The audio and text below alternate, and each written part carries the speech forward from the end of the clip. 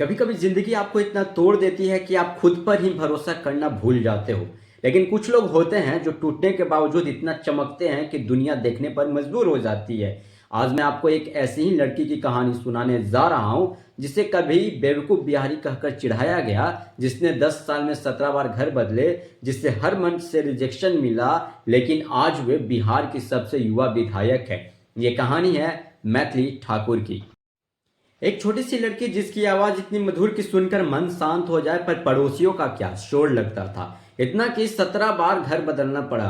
सोचिए, एक बच्ची रियाज कर रही है, अपनी कला को निखार रही है, और कुछ महीनों में नए नए घर, नए नए लोग, नई नई जगह। क्यों? क्योंकि रियाज से दिक्कत होती थी, इसलिए लोग बोलते थे आप घर बदल लीजिए। स्कूल में सोचिए कि उसके दोस्त अच्छे होंगे, मिलेंगे, उसके सपोर्ट करेंगे, लेकिन स्कूल में उसे बेवकूफ बिहारी के से चिढ़ाया जाने लगा। वहां वह और टूट गई और अकेले में रोने लगी।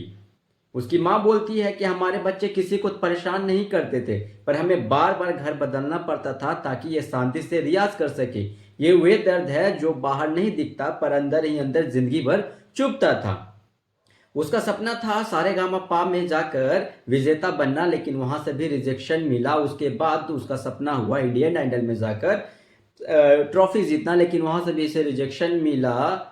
और उसके बाद ये थक हार कर इसने फैसला किया कि आज के बाद मैं कभी गाना नहीं गाऊंगी, मैं यूपीएससी की तैयारी करूंगी। लेकिन पिता ने कहा, नहीं बेटी, तुम्हारी आवाज़ ही तुम्हारा रास्ता है। और उस रास्ते मैथिली ने खुद को संभाला और अपने सपने को फिर से खड़ा किया। जब इतिहास बन गया, 25 साल की उम्र में अलीनगर से चुनाव, सब बोले एक गाय की राजनीति में चलेगी क्या, लेकिन वे चली नहीं। इतना तेज चली कि 17 साल बाद बीजेपी को सीट जिताकर इतिहास रच दिया।